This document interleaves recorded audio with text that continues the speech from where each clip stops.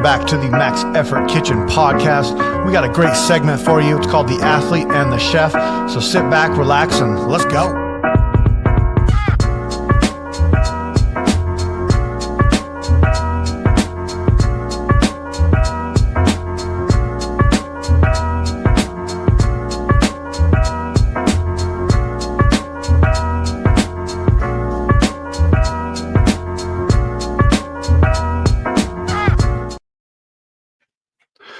Max Effort Kitchen podcast. Go. How you doing? Good. What's going on, Cornell? How's the day going? It's good. I made a nice, big, juicy steak. Okay. It was a sirloin roast, which I don't know if I've had that before, but it was in the freezer, and I forgot about it, and I just sat there. I'm like, oh, tri-tip. And I'm like, wait a minute, no, this is something else. Something else? So, we went to church this morning. I put it in the sous vide, the hot water thing. Yeah. Set it for 128, and then I just walked away. Okay. Did a bunch of stuff, went shooting range, went to Amazon returns, all kinds of stuff. That thing is freaking great because it just held it right there at the right temperature. That's awesome. Then when it was time, I put seasonings in it and stuff, so it was pretty good.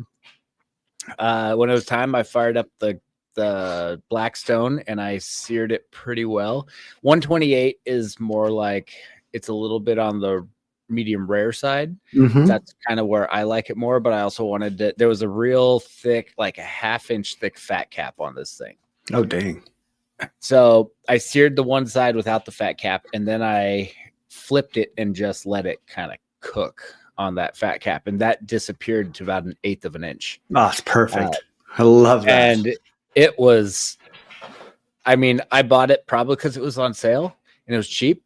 It was like $5 a pound, and I looked at it, I'm like, oh, this was a 3-pound thing, and it was like $15.65. Awesome. And I was like, if I could buy this again, I would buy this. Would be a regular steak right now. Yeah. Where did you get it for that great price? I mean, the grocery store I normally go to, I kind of just check to see what they've got on sale. Yeah. So it's not like it's always that price, but it's definitely one I'm going to be looking for again, because nice. I might have got it a month or two ago. No, not 2 months ago, because we've lived in this house for like a month and a half. So yeah, totally. Yeah, that's solid. I mean, dude, roast, sous vide, spices, like that all makes sense. It's the ultimate set it and forget it in probably a much better way than a crock pot, in my opinion, because this is actually holding it at that temp. Yeah, like that. No, it was great. So solid. I'm on a weird kick with nachos, so we did nachos again today. But I did. Alana bought that. I think I've talked to you about it. I might have talked to Damon as well. But Trader Joe's has this elote like corn dip, and so I bought that, or she bought that, and I was like, "Ooh, I'm going to put that on top of the nachos," and I did that, and it made it really good. I don't know. I might have asked you about this already. Did you see the nachos that were done in the bunt pan? No, I have not. Oh man! So where's this at? I have it somewhere saved on Instagram. I'll send it to you. Oh, please send it. They took basically like a bunt pan, and they layer it backwards. So they start with they put some meat on the very bottom, and then they put cheese so it wouldn't stick to the pan, and then they put beans, and then they were interlacing different things in it, like beans and everything, and then they took it and they flipped it over, and it dropped all the nachos out perfectly. Oh, that's awesome! And so that's definitely something I would like to try. Yeah, no, that's really, really good. With the cost of ground beef lately, I don't know if it's rising where you're at, but it's almost $9 a pound here. I'm being very specific about where I go and how I get my ground beef and what I'm eating, but chicken's still cheap. So I'm down with that. I know Oregon's doing some weird stuff with like butchering and with the cows and that type of a thing. It sounds weird to say, but prices aren't like that here. So really, I guess for one you're more expensive than I am. Yeah, for once.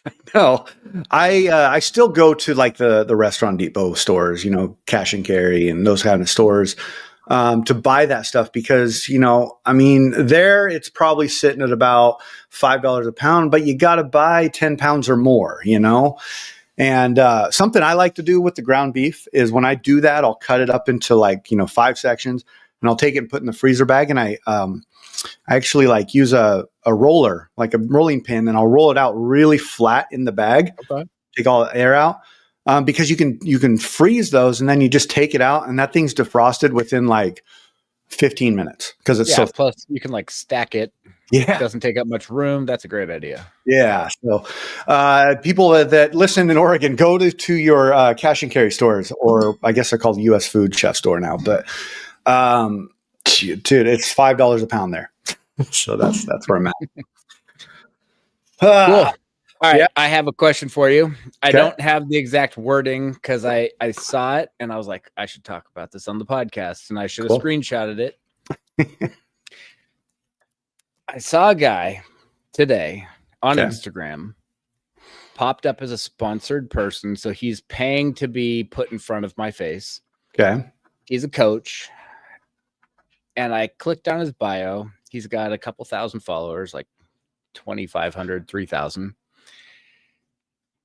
Not bad numbers, not great numbers. Okay. I mean, not stand out. Yeah. But in his bio, he put down USAW level 1, USAW level 2, CrossFit 1, 2.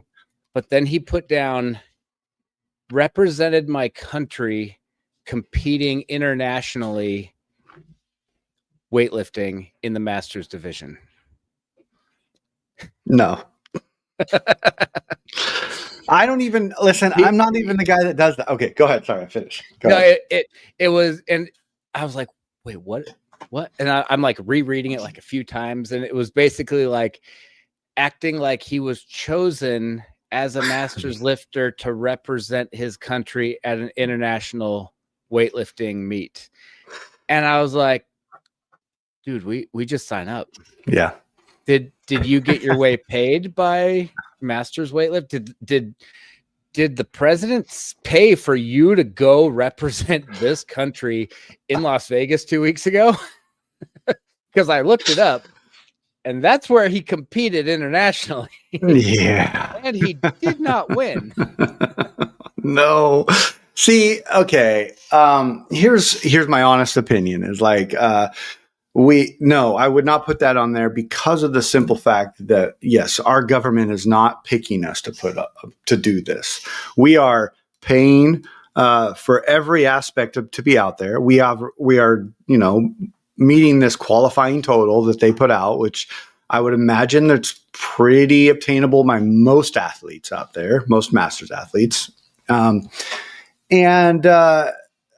think, okay, well, let me ask you this. One follow-up question. Were they from another country? Nope. They're from Arizona. Maybe I put out too much information now. No, absolutely not. I could see if your country, even in not in the Masters. I think if you're a senior and you're going to Worlds and you're on a team, that's representing your stuff because you're picked to be out there. Even though you're probably paying, some athletes are self-funded, right? This year, yes, definitely. Yeah, and I think that it would be okay to do that.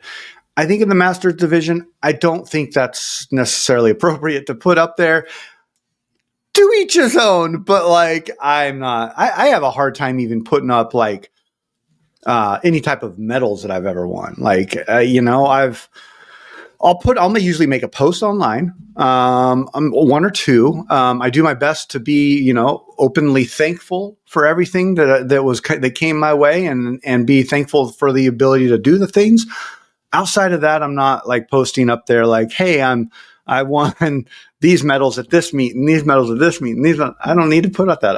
I'm a Masters, and I'm not taking away from Masters division because it is what it is, and it's still a competition. We're still out there, competing against each other and working really hard. But it's not recognized as it's just not recognized as what the seniors is. That's all there's to it.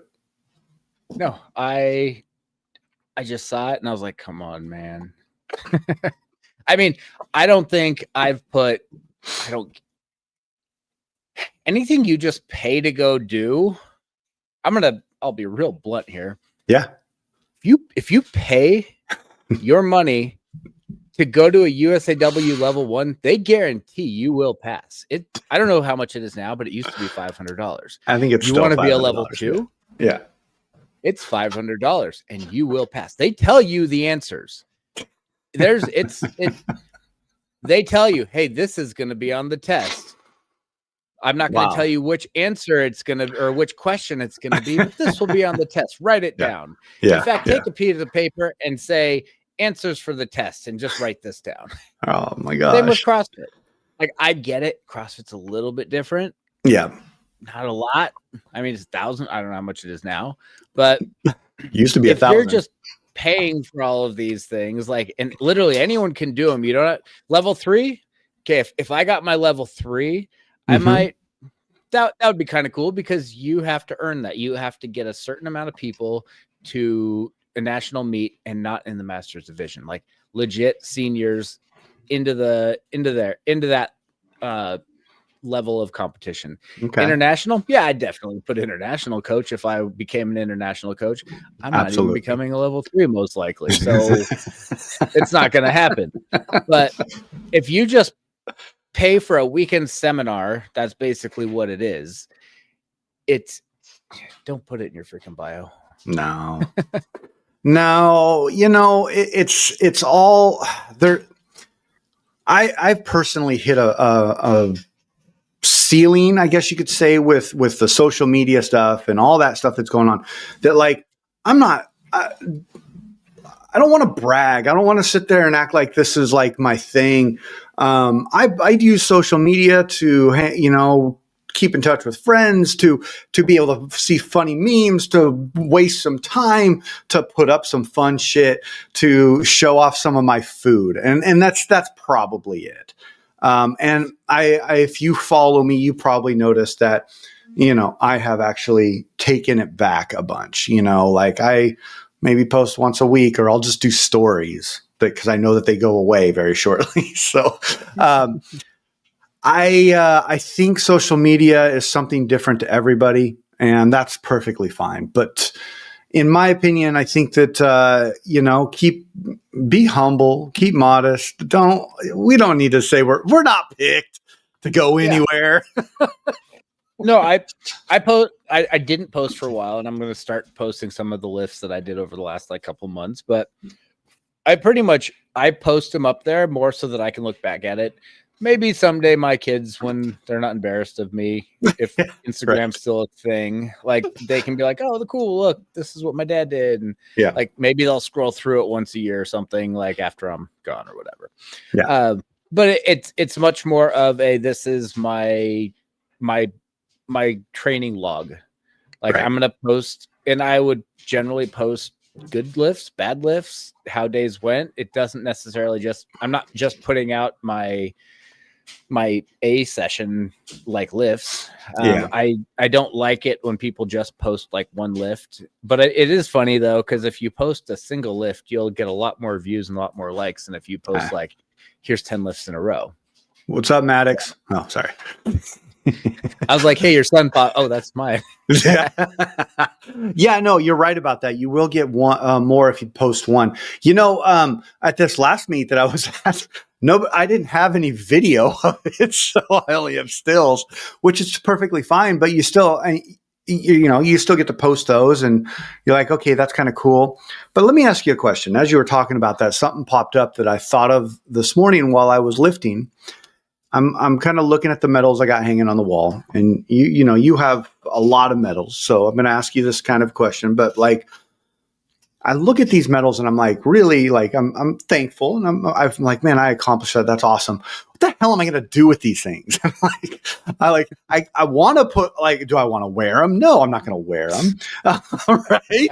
Like, I put them up on my wall, and nobody comes into my garage, so I'm the only one that sees them. So, but the reason why this came up is because Friday. This is going to be a little bit of a back journey here. Friday was the high school football game. They do a big theme, and the theme was frat or preppy out or whatever. And so Maddie's like, "Hey, Dad, can I wear your Letterman's jacket?" My Letterman's jacket, when I was growing up, our thing in high school was who could get the most medals on their Letterman's jacket. Walk around the hallway, ding, ding, ding, ding, like all that stuff. So I'm like going through my Letterman's jacket. I'm like, look, and this is that medal, and this is that medal. And I got done, and she's like, yeah, I don't care.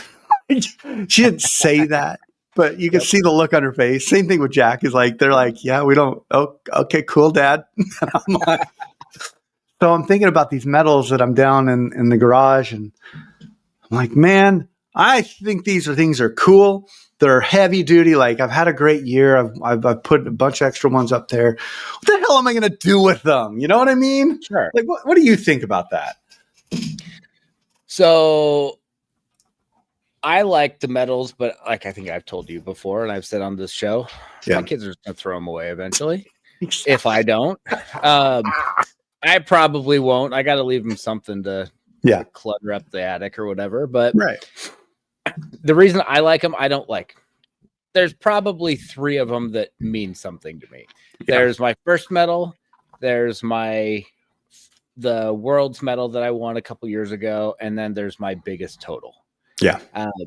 Those are probably and I write the dates and I write the totals on all of them and all that kind of stuff. I learned that from you. Yep. The rest of them, I don't really care about, but I do like seeing them because if I have, I don't have it now because I threw it away because it was a piece of 2x4 with a bunch of screws in it, but I just put a whole bunch of screws in it and I just hung them all up. And it was more like one of those things where I'm like, that's what I've accomplished in this sport. Yeah. And it doesn't necessarily, I'm not like trying to toot my horn and be like, oh, I got all these medals, but it's like every single meet that I've done, except for a handful of them, are up there. Mm-hmm.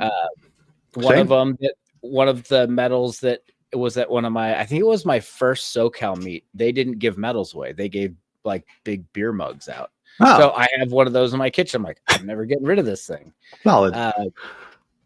And then, but for the most part, I look at it like those were all of my participation trophies, even though I earned them. You did. No, and I think I like that because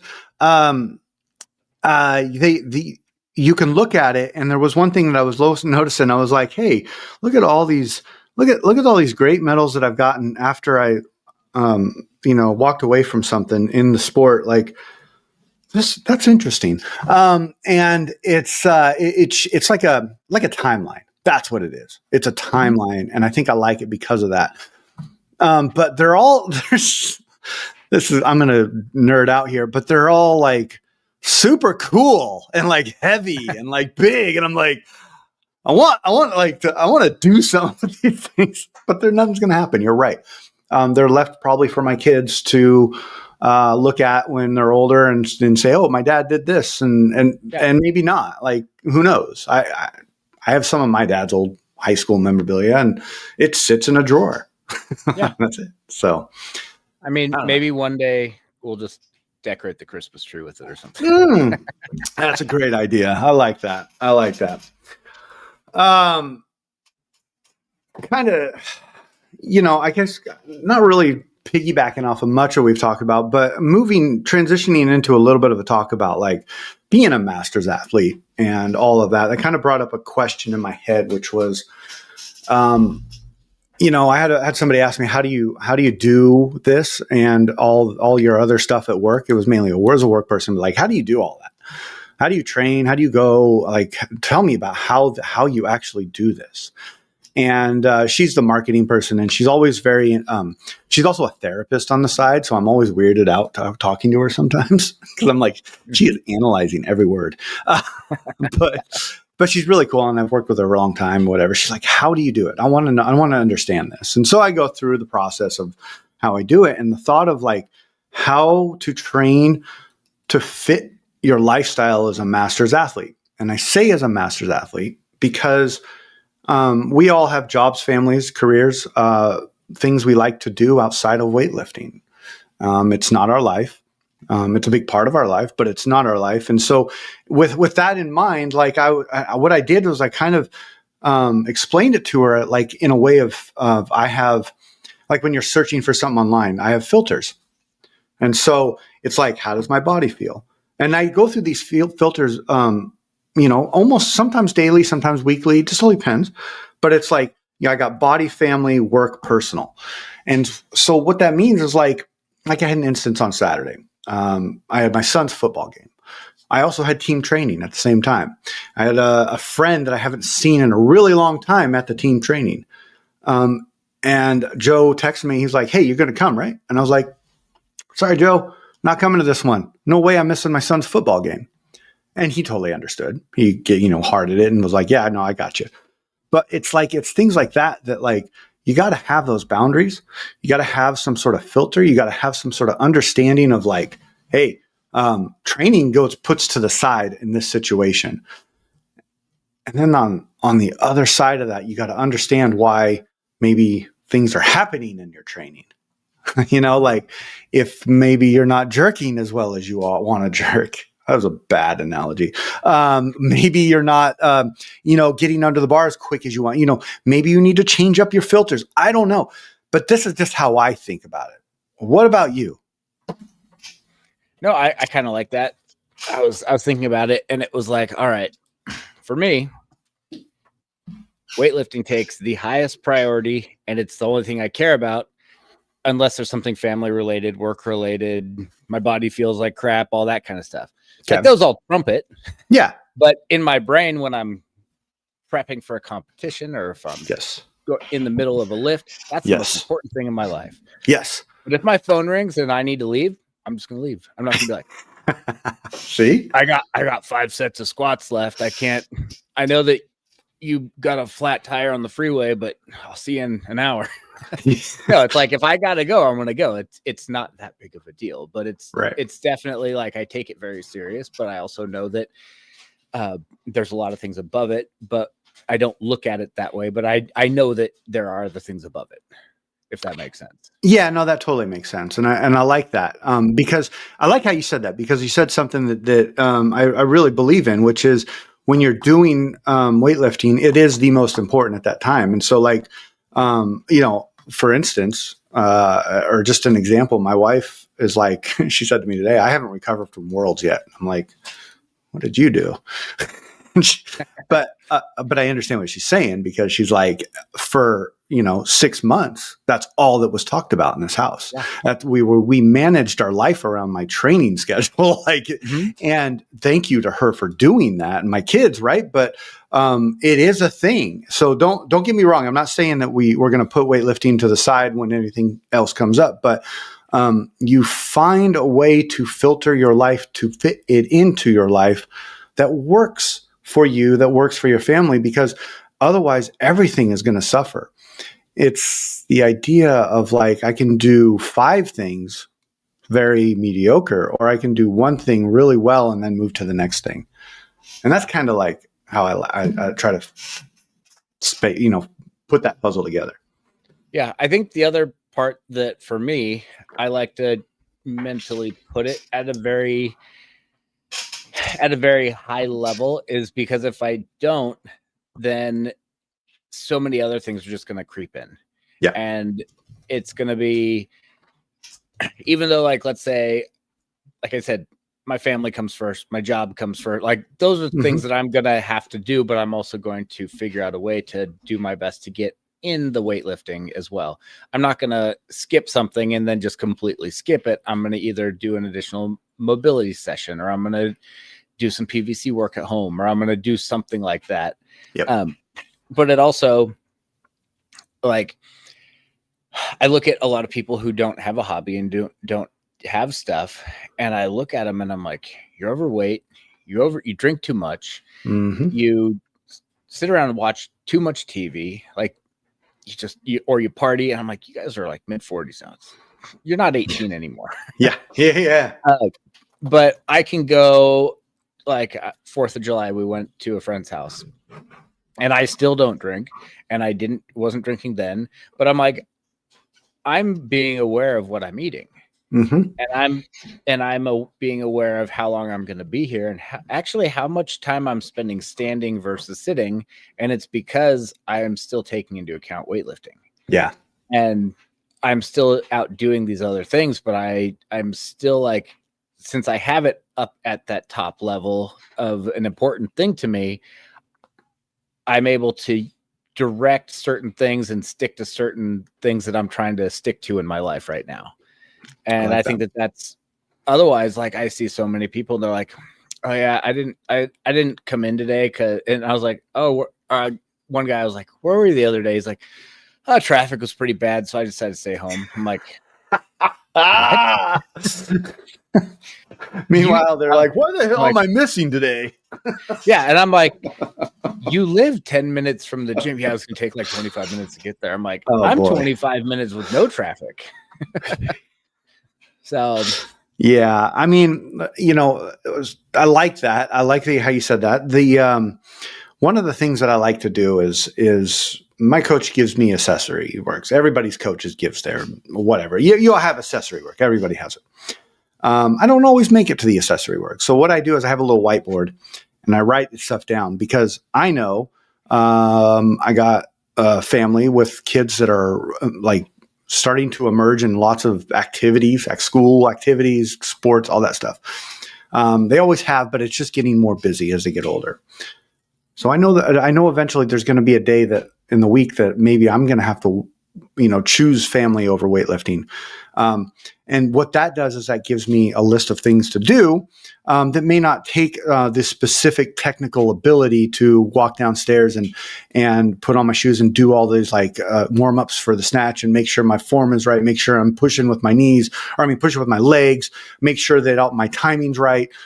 I can go down there and I can do pulls and squats and push press and, maybe some like pendlay rows or something like that, and I have stuff that's in my program that's going to help me.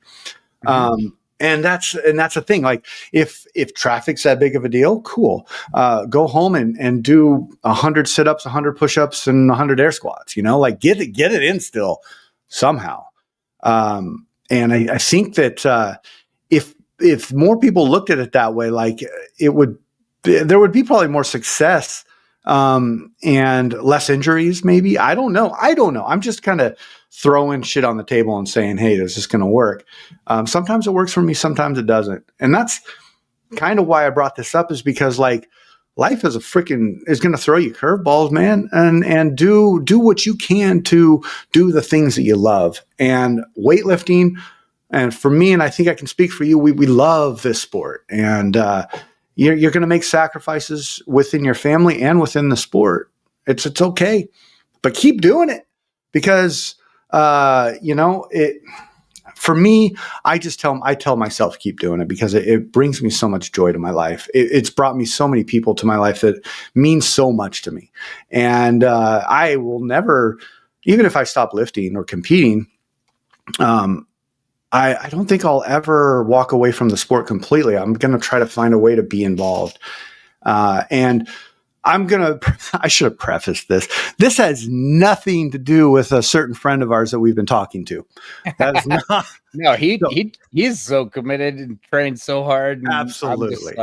Absolutely. Yeah. Not even at all. This is just me, just word vomiting about some things because, your post and some things that I was thinking as I was riding the plane back and just, it's like the lifting hangover that we have after these giant competitions. It makes me reflect way too much. So I don't know if you have that problem or not. Yeah, no, I had a conversation with one of my teammates and I was bitching about some stuff and complaining. And she's like, how long is this going to go on? I'm like, you know what? 1 week. I was like, I get 1 week. And it was Wednesday when we talked. Nice. And I was like, today's the last day. She's like, good. Basically, like, you can't stew in this because this can't keep going on. I was like, just allow me 1 week and then you can call me out as much as you want. Yeah. I like that. And She's a good partner. I mean, she's kind of the first person you started lifting with at that gym, right? first person I met. Yeah. Yeah. And I think that makes a really good friend and weightlifting partner, whatever. I don't know what you want to call it, but like is somebody who can be honest with you about it. Yeah, no, That's why I love you guys. someone else asked me a question the next, like 2 days later on Friday. Yeah. And she just walked past. She goes, "Sounds like you're bitching." I'm like, "No, I'm just explaining the situation."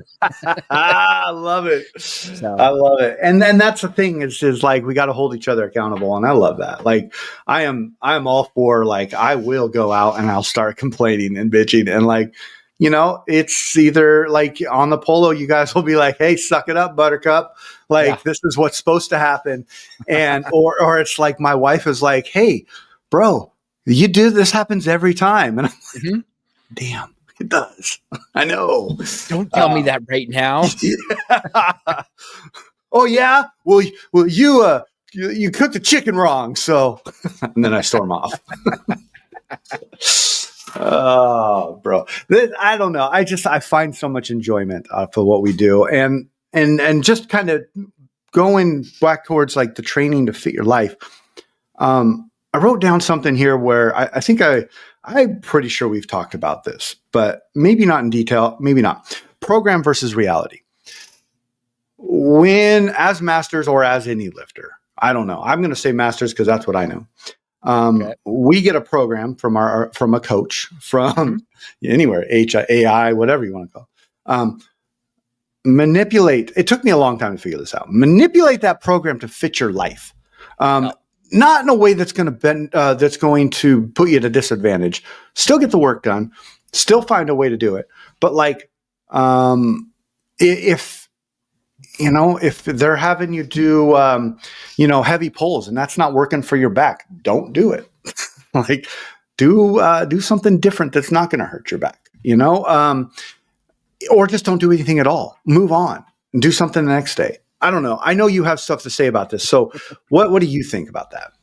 I would say if heavy pulls are hurting your back, maybe you should do your pulls right. Hey, I like that. So I don't like to say certain things because I don't want to make bad athletes for coaches. But yeah, I hear you. But I'm going to tell you how I do it, and don't necessarily do as I do. But this is my outlook. Is I don't know if we've talked about this on here, but I know that we've talked about this in person. Yeah. So my opinion. And I feel I'm right. That's why it's my opinion. Mm-hmm. People who stick to the program 100% don't want to take responsibility for their own actions in lifting. Yes. They want to stick to it 100%. And if they miss a rep, it was the coach's fault for programming something too heavy. Mm-hmm. And if they do bad in competition, it was because the program didn't work for them. And I've always felt that you take responsibility for your own self. And if something is not feeling right, you adjust it. Yeah. If you're being a little bitch about it and you just don't want to move heavy weight, you might not do as good as you could do. Right. But at the same time, if you're not feeling good and they programmed 85% triples, maybe you didn't do your effort of being 100% ready at the gym with your diet, with your food, with your sleep, with uncontrollable things, trying to mitigate it best we can. I know there's certain things we can't really help, mostly work and sort of traffic, but sort of, yes. If 85% triples are on the program and you're supposed to hit 5 sets of that, and you're missing a 75%, you're missing the third rep on 75%, you don't keep going up.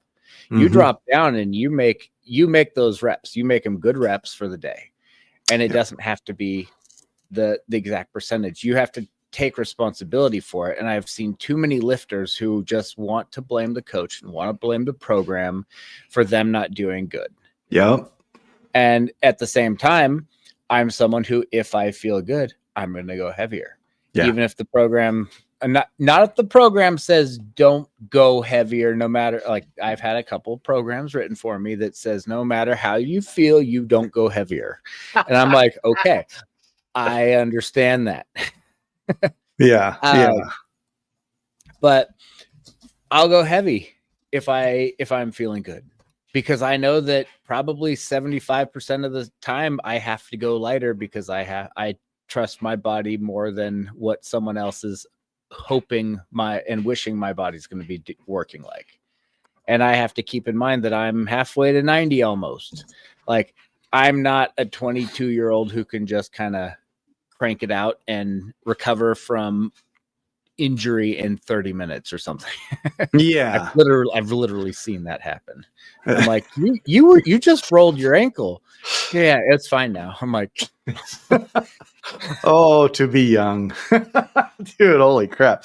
Yeah, I like everything you said there. And I want to kind of touch on the taking cracks at heavier lifts, because I think, first of all, I wish I had 5 sets at 85%. Oh boy. Oh boy. Yeah. Wait, I'm probably going to put this up here.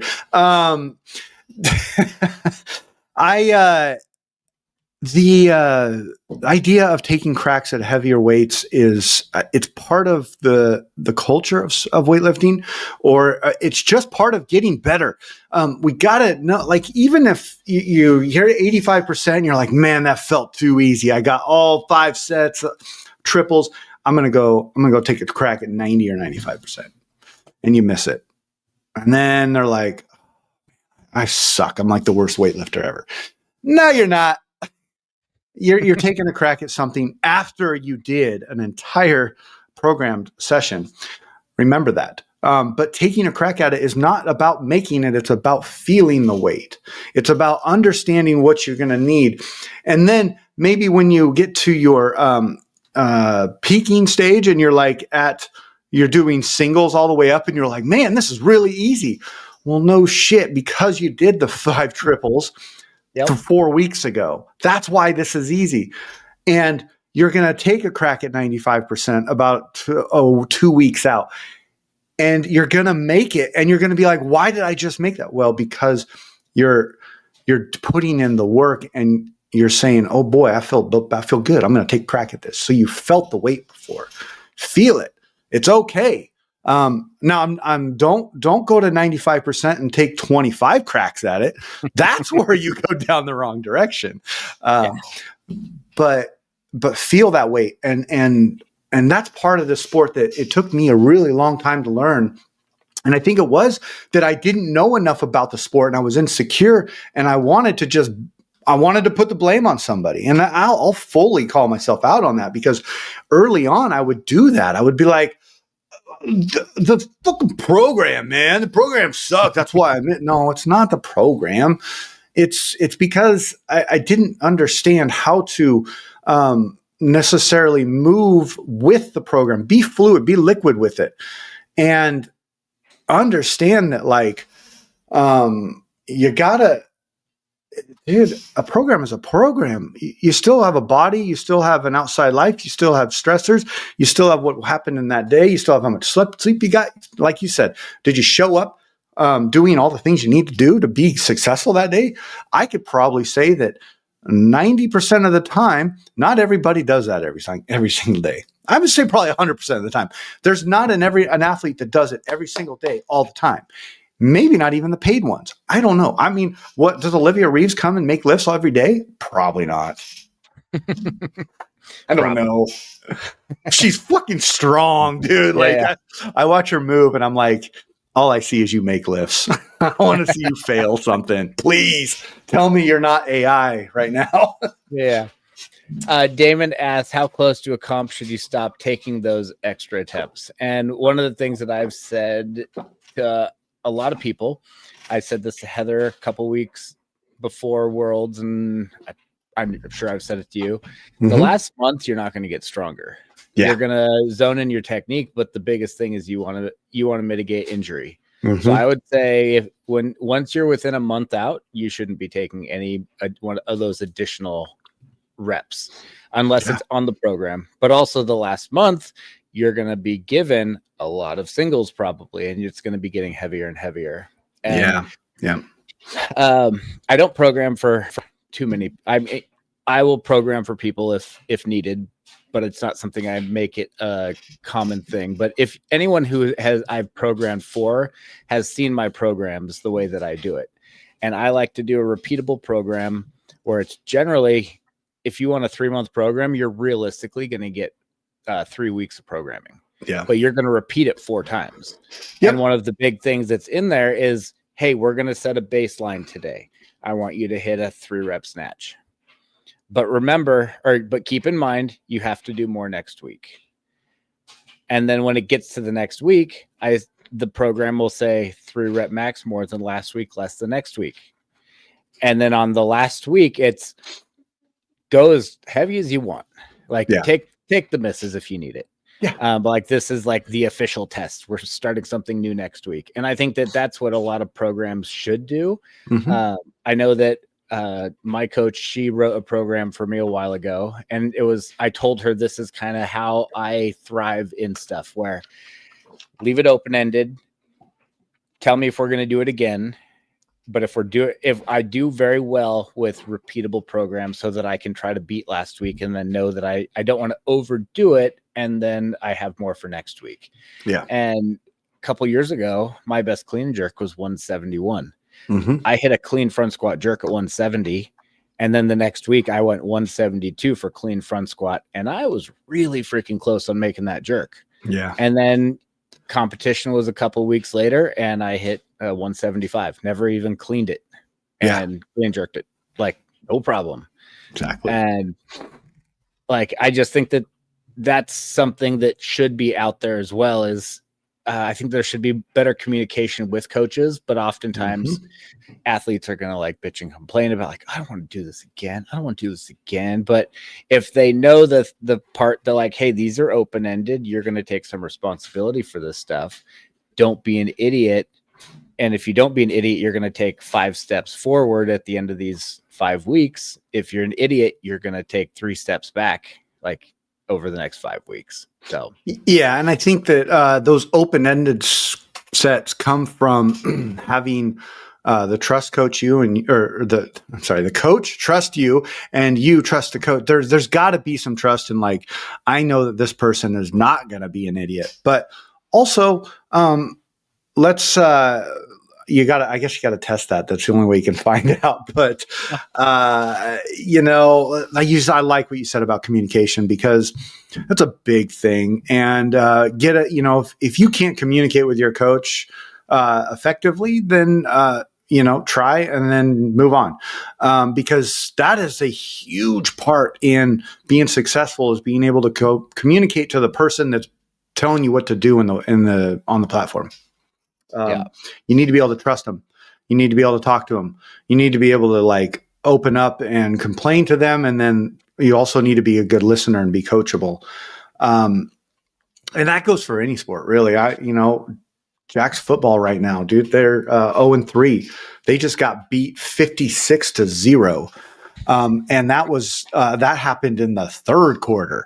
So you can imagine the half of the third all the way to the fourth, like the morale of these kids, these 5th and 6th grade kids that are like, we're getting our butts kicked right now. You gotta like be able to have the ability to understand what that means and keep that moral base high, but have trust in your team and your coach. In that sense, I don't think 5th and 6th graders are going to understand that, but that's where you start to learn it. That's what I told Jack. I go, this is where you start to learn how to lose. And this is where you learn, when I said, what does losing do? And he said, it just makes you more hungry to win. And that right there is like goosebump central for me, because I'm like, you're learning. I love it. But for an athlete and a coach, you got to have that trust and communication.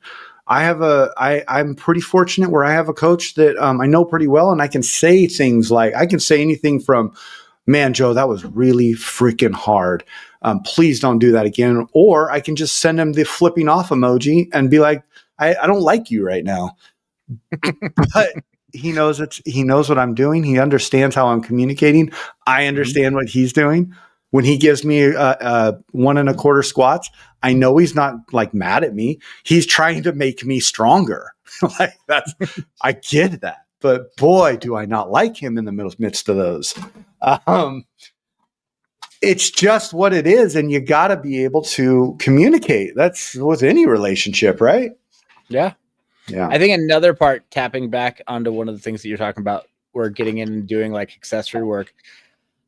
I feel like there should be you should figure out 4 or 5 movements that you do 3 days a week. Yeah. Forget your splits. Forget your, I did upper body this day. I got to do just whatever. I do the exact same thing 3 to 4 days a week. Yeah. And I can get it done in about 10 to 15 minutes at the gym. It's funny, every once in a while I'll go into 24-hour fitness and it's like 15 minutes if there's not very many people in there and I'm waiting on machines, or I can just go and knock it out super quick. And then let's say like right now I'm having some patella issues. So I went and saw the physical therapist yesterday. Yep. She gave me a handful of other things.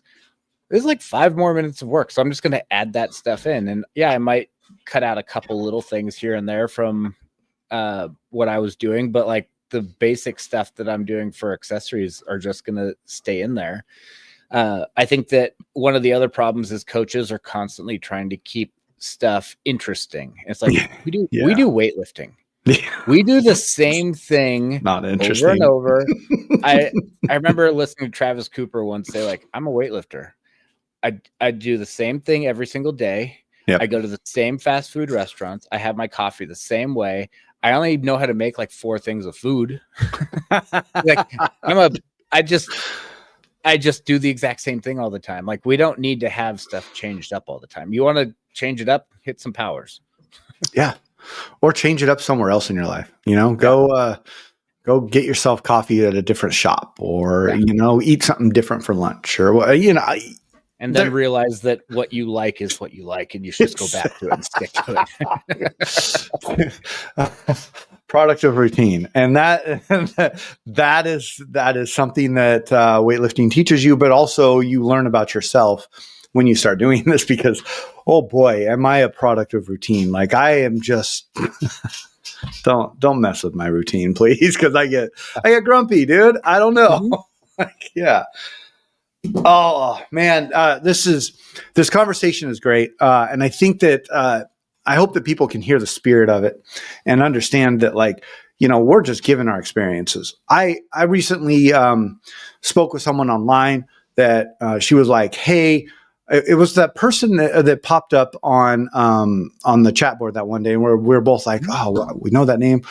But she was like, I found you through the broadcast you did at the WSO last year.